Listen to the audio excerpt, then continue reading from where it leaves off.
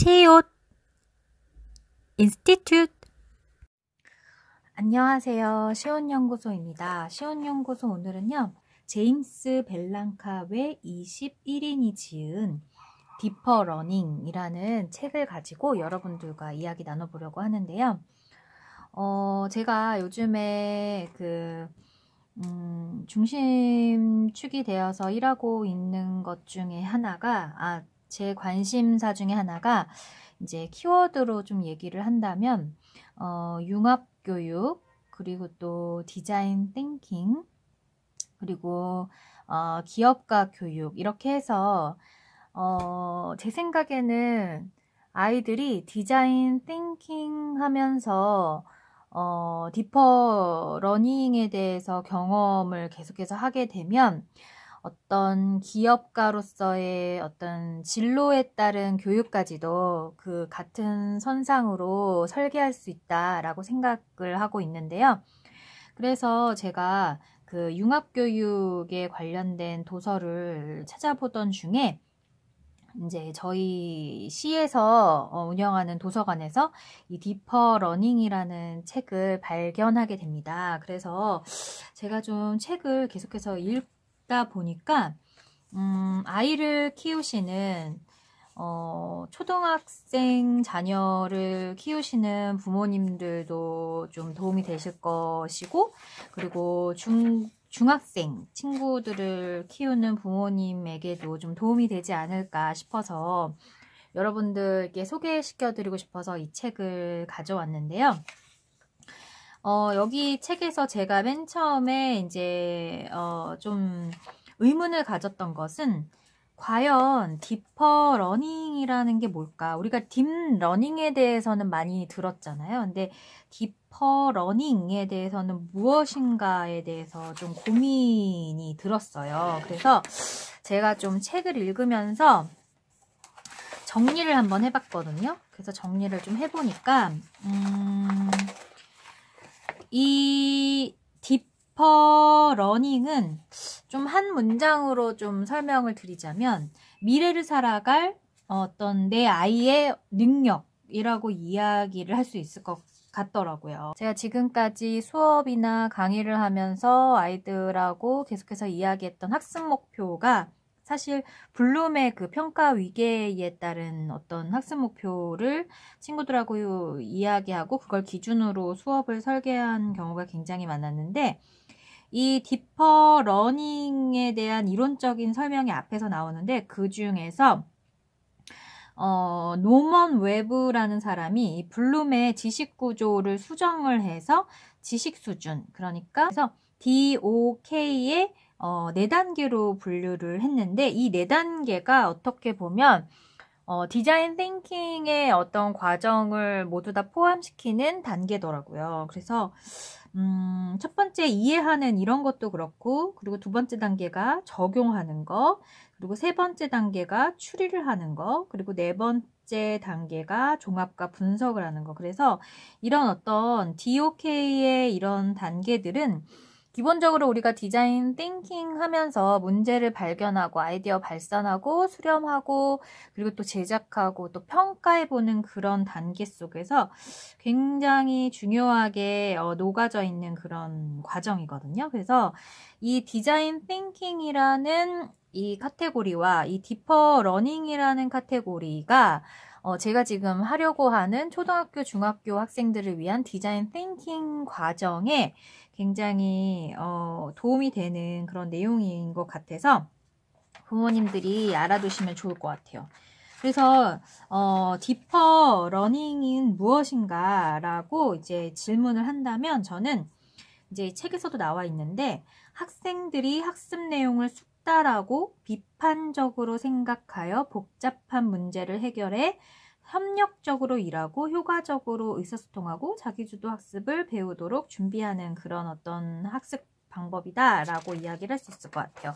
그래서 이렇게 하면은 사실상 좀 안 와닿잖아요. 그래서 제가 좀 책을 조금 더 읽어보니까 이 디퍼 러너로 키우는 16가지 기질이 있는데, 이러한 기질은 상당히 밀접하게 우리나라에서 지금 정의하고 있는 그 영재라는 개념과 많이 밀접하게 밀접한 관련이 있다. 그러니까 제가 쭉 읽다 보니까 디퍼 러너가 된다라는 것은 영재아가 된다라고 좀 간단하게 얘기할 수 있으면서도 우리가 앞으로 미래에 살아가기 위한 능력을 키우기 위한 우리 몸에 좀 체화되어야 하는 습관 같은 그런 어떤 학습력이다라고 저 나름대로 정의를 할 수 있을 것 같아요. 그래서 오늘은 여러분들께 디퍼 러너의 16가지의 기질에 대한 영상을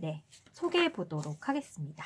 그래서 이제 디퍼 러너의 16가지의 기질이 있는데 이 책에서 뭐라고 하냐면 기질은 습관, 준비 상태 또는 정해진 방식으로 행동하는 경향이다 라고 얘기를 해요. 그래서 예전에 제가 수업할 때 학부모님들이 우리 아이의 기질이 좀 이제 이런 소극적인 기질이 있어서 우리 아이의 기질이 약간 좀 이렇게 칭찬을 하면 할수록 더 잘하는 그런 어떤 부분들이 있다. 뭐 이런 이야기를 하시는 부모님들이 참 많았잖아요. 그만큼 부모님들께서도 우리 기질이라는 것이 우리가 살면서 얼마나 많은 부분에 영향을 받는지를 알고 계셨다라고 저는 생각이 들거든요. 근데 여기에서도 조금 더 이론적으로 접근하면 이스라엘의 심리학자 가브리엘 살로몬이라는 사람은 기질은 행동을 묘사하는 것 이상의 역할을 한다. 그것은 인과 기능을 가정하고 설명적인 지위를 가진다. 기질이란 선호도, 태도, 의도의 집합이며 특히 선호도를 특정한 방법으로 실현시킬 수 있는 기능의 집합이다 라고 얘기를 하고 있어요. 그래서 이 사람은 또 예를 들어서 논쟁에서 균형 잡힌 이유를 찾는 비판적 사고주의자는 그렇게 할 수 있는 능력과 기질을 모두 갖추고 있기 때문이다. 경청을 잘하는 사람은 잘 들을 수 있는 기술을 갖고 있을 뿐만 아니라 그렇게 하기를 좋아한다. 그러니까 기질 자체가 이 론 리치하트라는 사람은 기질은 자신의 통제 아래 있고 자동적으로 활성화되는 것과 반대되는 행동 양식이다. 기질은 하나의 행동 패턴일 뿐만 아니라 때로는 지배적인 행동 양식이기도 하다. 그러니까 결국에는 우리가 살면서 생각하고 뭔가 학습하고 그리고 또 경험하고 이 모든 것들이 나의 어떤 몸속에 있는 기질로부터 나와서 그게 또 현명하게 보이기도 하고 또 지혜롭게 보이기도 하고 또 어리석을 때도 있고 이런 것들이 다 여기에서 시작을 한다라고 얘기하면서 기질에 대한 정의를 잘 내려주고 있어요. 그래서 이러한 기질이 얼마나 중요한 것인지 좀 알 수 있는 그런 어떤 이론적인 배경이었고, 그리고 16가지의 기질이 무엇인가, 16가지의 기질이 무엇인지를 이제 알아볼 건데, 첫 번째로는 그 열정적 끈기라고 이야기를 하고 있어요. 되게 뻔한 내용인 것 같기도 하죠. 근데 여기 보면은 디퍼 러너는 쉽게 포기하지 않는다. 그들은 목표를 염두에 두고 어떤 일이 완성될까지를 인내한다 라고 이야기하고 있거든요. 그래서 이 디퍼 러너라는 게 어떻게 생각을 하면 굉장히 똑똑하기 때문에 더 많은 것들을 알아내려고 하고 똑똑하기 때문에 이해가 되게 빠르기도 하고 이렇게 원인을 찾는 경우가 있기는 한데, 사실 제가 봤을 때의 이 디퍼 러너는 굉장히 똑똑하기 때문에 갖춰지는 것이 아니라 인내할 수 있는 통제력을 가지고 있기 때문에 갖춰진다라는 생각을 사실 강의하면서 굉장히 많이 했습니다. 제가 예전에 일했던 기관은 좀 선행학습이 좀 잘 되고 그리고 또 이해력이 굉장히 빠른 친구들이 많이 이제 수업을 들으러 오는 그런 기관이었는데, 이제 그 친구들 중에서도 이해가 굉장히 빠르면 당연히 시작도 빠르고 그리고 또 뭐 어떤 수행 결과에 대해서도 좀 만족스러운 결과를 얻는 경우가 굉장히 많은데, 그 친구와 뭐 3개월, 뭐 6개월, 9개월 뭐 이런 식으로 이제 같이 수업을 하고 또 나중을 이렇게 굉장히 뭐 2년, 3년까지도 뭐 같이 한 친구들도 있고 뭐 5년 후에 보는 친구들도 있고 막 그랬었는데, 그런 친구들을 나중에 이제 지켜서 과거의 어떤 그런 과정들을 쭉 한번 이제 보면은 사실 인내를 잘하는 친구, 스스로를 통제를 잘하는 친구들이 결과물이 굉장히 빼어났다라고까지는 이야기 못 드릴 수는 있는 상황도 있지만 이런 인내하는 친구들일수록 뭔가 어떠한 하나의 내용에 대해서 그 내용을 조금 더 본질적으로 다가갈 수 있는 힘을 가지고 있는 것은 분명하다라는 걸 저는 경험으로는 익혔거든요. 그래서 이런 열정적인 끈기를 가지고 있는 사람을 이제 요즘에 좀 많이 유행하는 책들 중에서는 폴터프라는 사람이 이것을 그릿이라고 정의를 해서 책을 내기도 했는데, 이렇게 뭔가 이 열정적인 끈기, 그러니까 인내를 가지고 계속해서 목표를 향해서 계속해서 참아내면서 하는 사람들에 대한 이야기로 여기에 이런 내용이 있어요. 어떻게 시작해야 하는지, 어떤 단계를 수행해야 하는지, 어떤 질문을 해야 되는지, 어떤 데이터를 생성하거나 수집해야 하는지 등에 대한 체계적인 전략을 가지고 있다. 그들은 시간이 지날수록 문제 해결 과정을 발전시켜 나갈 수 있기 때문에 애매모호한 상황에서도 포기하지 않는다라고 이야기를 하고 있어요. 굉장히 중요한 기질에 대한 이야기를 했습니다. 그리고 두 번째는 이제 약간 방금 전에 제가 얘기했던 거와 좀 연결되는 부분인데, 충동성 관리예요. 그래서 모든 인간은 좀 충동적이죠. 저도 약간 그런 면이 없지 않아 있는 것 같은데, 이런 충동성을 가지고 있는데 이 충동성을 얼마나 내가 절제할 수 있느냐에 따라서, 절제? 뭐 억제할 수 있느냐에 따라서 보다 더 디퍼 러너 쪽으로 갈 수 있다라는 이야기를 하고 있어요. 그래서 여기에서 저는 이 문장이 굉장히 와닿았는데, 당장 성공시키겠다는 충동성을 억누르고 의도적으로 최종 실행 계획에 대한 비전을 형성한다 라고 나와 있는데, 여기 이 문장에서도 당장 성공시키겠다는 충동성을 억누르고, 그래서 제가 사실 좀 성격이 좀 급한 편이기도 한데 막 당장 어떻게 막 해야 되겠다라는 생각을 되게 많이 했던 것 같아요. 과거에. 그러니까 어떻게 보면 제 능력을 좀 과신했던 부분도 없지 않아 있었던 것 같아요. 그런데 요즘에 제가 이렇게 유튜브 촬영하는 걸 굉장히 즐겨하고 좋아하거든요. 근데 이 유튜브를 하면서 제가 좀 뭐랄까요?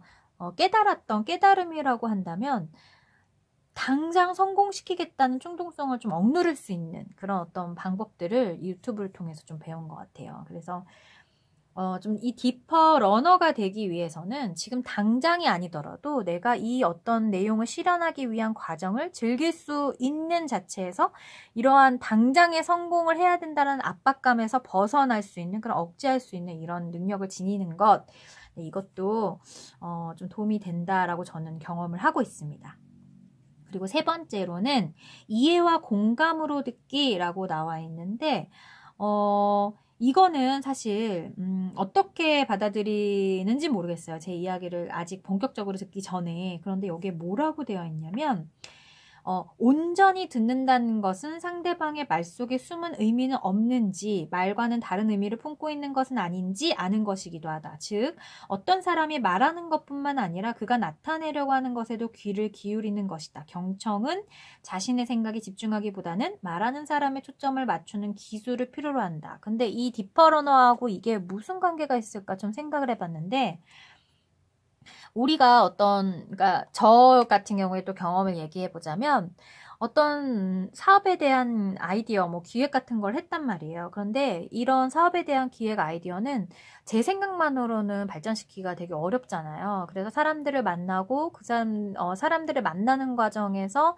힌트를 얻는 경우가 있는데, 근데 이런 힌트를 얻는 그런 과정에서 저 사람이 이런 얘기를 하니까 나는 이렇게 생각해 라고 접근하면 집에 오면은 아닌 것 같아 라고 생각하고 좀 잘못 내가 방향을 잡는 경우가 굉장히 많은데, 상대방이랑 이야기를 할 때 저 사람이 저렇게 말을 할 수 있는 것이 무엇일까? 저 사람이 저렇게 의도하는 것에는 어떠한 경험 때문에 저런 의도한 어떤 내용이 나오는 걸까라고 그 사람의 입장에서 뭔가 좀 이해하려고 좀 에너지를 소비하고, 그러고 나서 경청하고 나서 집에 돌아와서 아이디어를 좀 정리하다 보면 내가 가지고 있는 내 안에서의 아이디어뿐만 아니라 이 아이디어에서 조금 더 확장될 수 있는 주변 어떤 카테고리까지 좀 흡수하는 것 같은 그런 어떤 조금 더 발전된 아이디어가 가능하다는 거죠. 그래서 내가 생각하고 있는 게 다가 아니기 때문에 그런 것들을 받아들일 때에는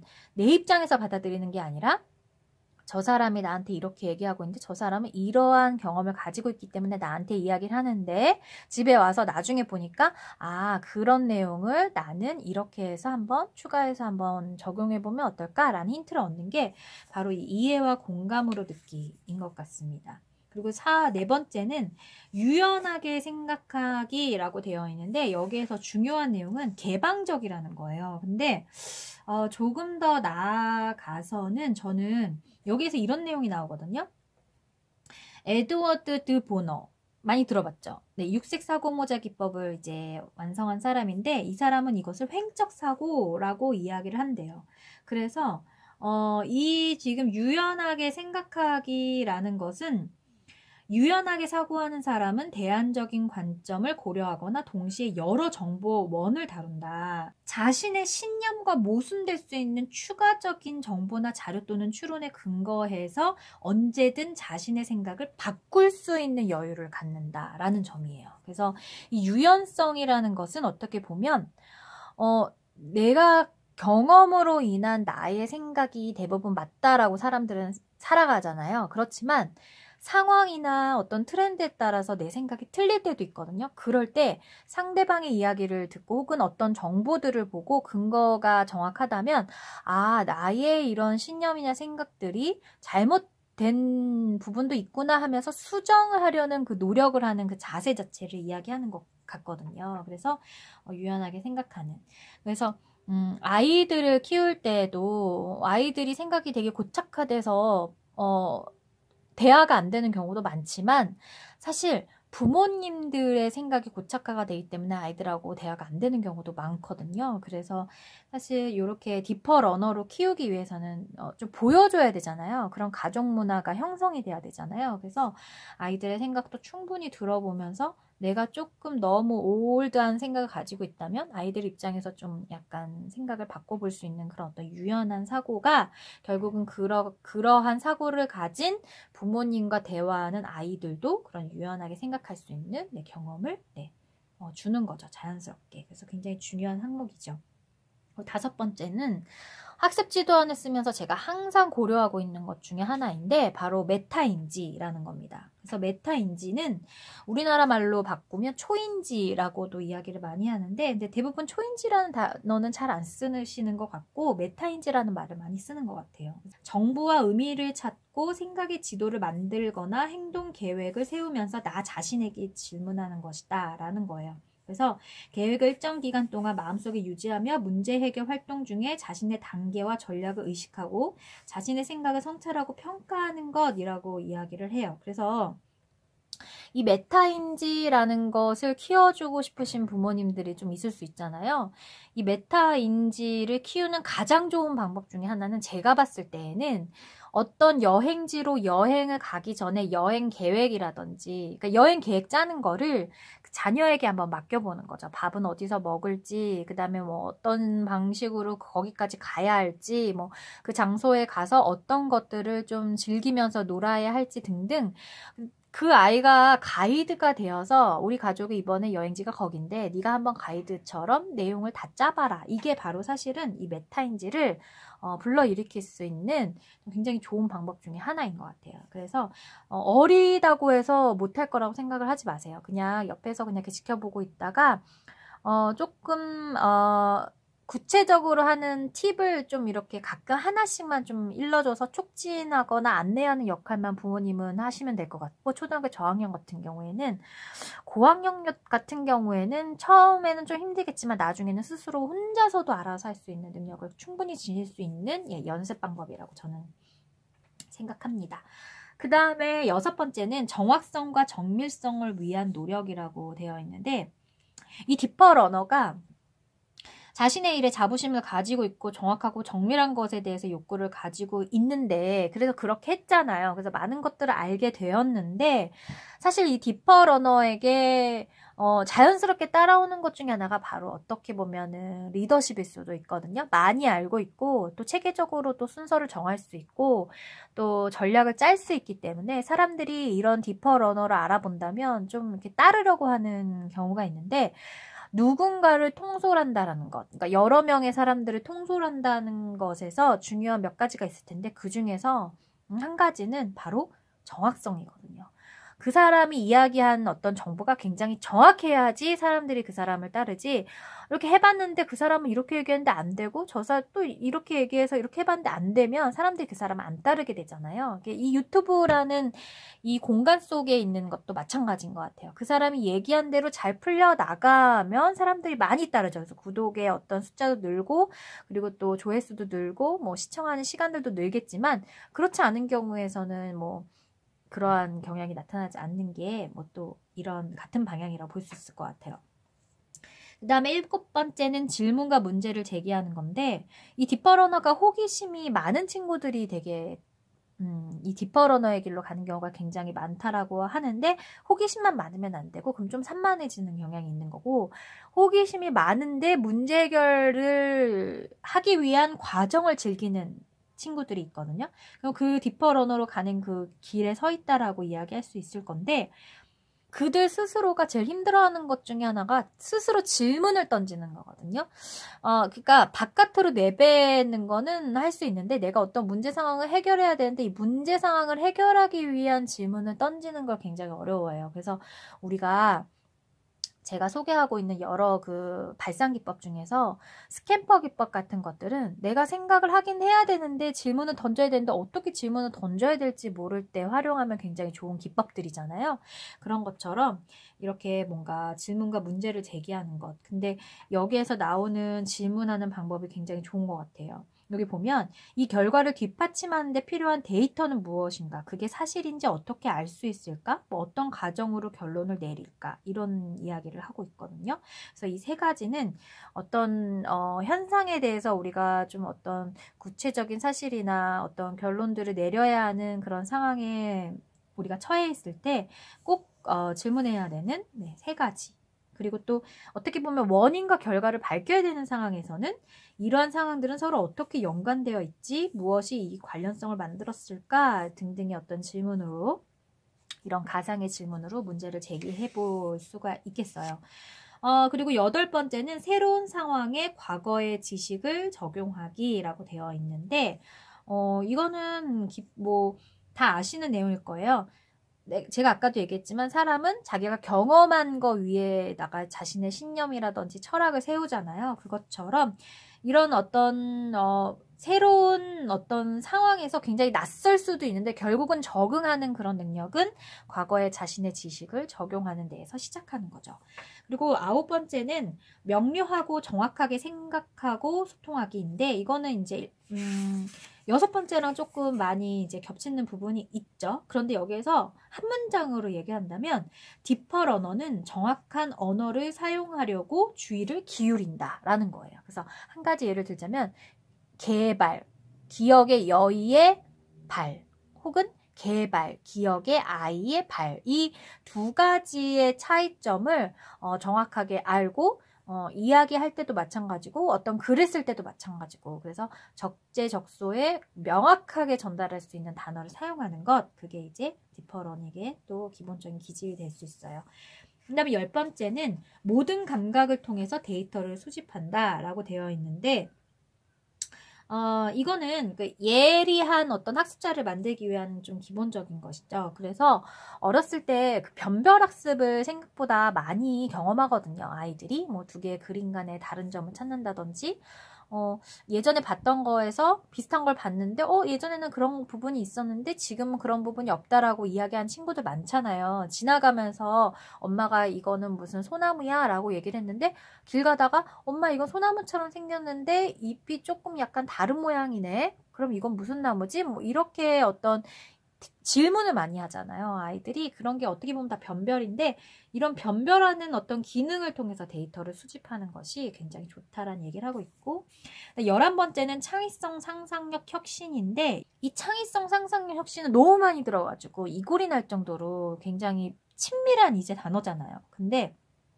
여기에서의 창의성 상상력 혁신에서 중요한 문장은 딥퍼러너는 참신하고 독창적인 문제 해결 능력을 가지고 있어요. 그래서 외적인 동기부여보다는 내적인 목표가 있고 물질적인 보상보다는 미학적인 목표를 갖고 도전한다. 창의적인 사람들은 비판에 개방적이기에 언제든 자신의 결과물을 제시하고 피드백을 통해 자신의 기술, 지식, 역량을 다듬어가며 지속적인 노력을 기울인다라는 어떤 기본적인 전제를 설명을 하고 있습니다.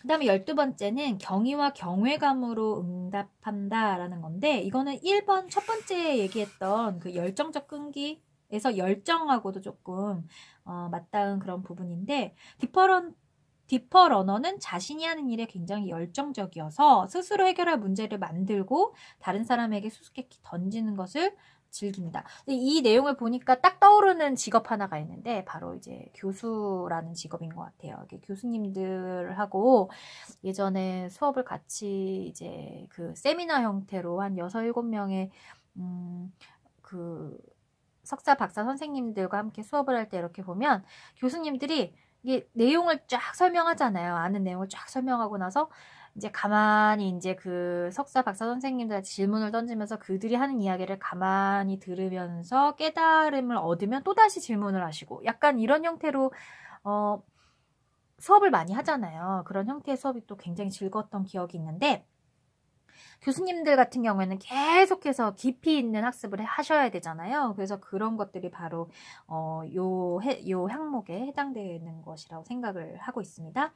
그리고 13번째는 책임감 있는 위험 감수하기라고 되어 있는데 이거 같은 경우에는 여기 보면은 충동성 관리 두 번째와도 조금 밀접해요. 근데 여기 보면 디퍼러너는 정해진 한계를 넘어서고 싶은 억제할 수 없는 충동을 가지고 있다. 그들은 혼란, 모호함, 실패의 위험을 문제 해결 과정의 일부로 받아들인다. 그래서 실패나 좌절을 성장의 기회로 본다. 그러니까 제가 예전에 친구들하고 수업을 할 때 가장 친구들을 편하게 해주기 위해서 배려했던 것 중에 하나는 항상 수업하면서 틀려도 돼. 네가 할 수 있는 만큼만 하고 고민을 해도 모르겠다면 선생님에게 와라. 그렇게 좀 편안한 마음으로 수업을 하도록 좀 했었던 것이 있거든요. 근데 요즘에 이게 되게 각광받는 것 같아요. 좀 많은 분들이 많이 알고 계시는 것 같아요. 그 당시에는 이런 얘기를 하면 친구들 막 눈이 반짝반짝 하면서 선생님 정말 그래도 되나요? 이런 이야기들을 많이 들었었거든요.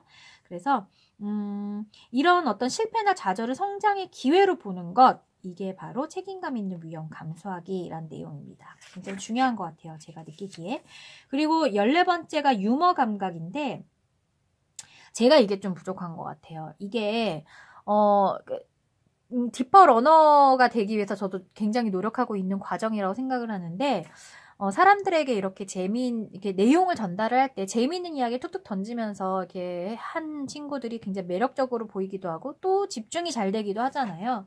근데 이런 유머를 도대체 그래서 자세하게 봤어요. 그랬더니 독창적이고 흥미로운 관점으로 상황을 인식해야 된다는 거죠. 기본적으로 긍정적인 어떤 시각을 가지고 있어야 된다는 얘기를 하고 있어요. 그리고 이런 어떤 다른 사람의 유머 또한 열린 마음으로 받아들이면서 자기가 직접 또 해보고 이렇게 풍자처럼 이렇게 또 인지를 해서 또 내 몸속에 좀 쉐어시켜도 보고 또 이런 어떤 반복적인 어떤 일들을 통해서 스스로 유머를 갖게 된다라고 얘기를 하고 있어요. 그러니까 어떻게 보면 제가 아직까지는 사람들을 만나고 이렇게 하는 거에 대해서 좀 소극적인 부분이 있지 않았나라는 반성을 했어요. 그리고 15번째는 상호 의존적인 사고를 가져야 된다라고 했는데 이 디퍼 러너에서 중요한 것 중에 하나가 협력이거든요. 키워드가 협력이에요. 그래서 나 스스로 혼자서만 파는 게 디퍼 러너가 아니에요. 협력하고 협업해서 하는 걸 말을 하는데 그래서 여기 보면 다양한 공동체에 속하여 작업하려면 나의 아이디어나 전략의 타당성을 입증할 수 있는 능력 그게 이 입증하는 능력 자체가 제가 예전에 얘기했던 창의성이라는 거는 비판적인 그러니까 논리적인 사고를 빼놓고서는 이야기할 수 없다라고 이야기를 되게 많이 들었었는데 이게 바로 이제 여기에서 그 근거를 갖게 되는 것 같아요. 그래서 효과적인 협력을 위해서 동료의 비판적인 피드백을 열린 마음으로 받아들이는 개방성이 필요하다.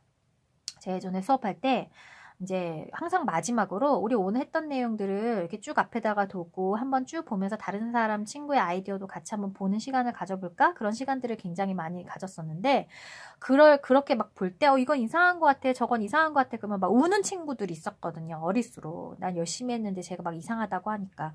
근데 그런 상황에서 선생님은 너 왜 그렇게 얘기를 하니? 라고 이야기를 하는 것보다는 이렇게 평가하는 시간, 뭔가 다른 친구 아이디어를 볼 때에는 이상하다라는 표현이 왜 안 되는지를 좀 설명을 하는 것이 되게 중요한 것 같아요. 그러니까 모든 아이디어들은 다 좋은 아이디어인데 자기가 보기에 이상하다라고 느끼는 것은 이상한 게 있어서가 아니라 이 친구가 미처 생각하지 못한 부분을 도와주기 위해서 그런 기분이 드는 거다. 그렇기 때문에 이상하다라는 어떤 그런 생각을 이 친구를 도와주기 위해서 어떤 말을 해야 될지를 고민하다 보면 피드백도 조금 더 긍정적으로 나갈 수 있다라는 사실을 아이들하고 공유하는 그런 과정이 되게 중요했었는데 이러한 어떤 과정을 통해서 상호 의존적인 사고를 더 키울 수 있고 그 반 친구들은 더 많이 발전할 수 있겠죠. 서로 도와가면서. 그리고 마지막으로 지속적인 학습이라고 이야기를 하고 있어요. 이건 뭐 다 아시는 내용이죠. 지속적인 학습 방식을 가지고 있다. 디퍼러너는 항상 성장하기 위해서 노력하고 배우고 스스로를 개선한다. 그들은 문제 상황이나 갈등도 배울 수 있는 기회로 파악한다. 라고 나와 있어요.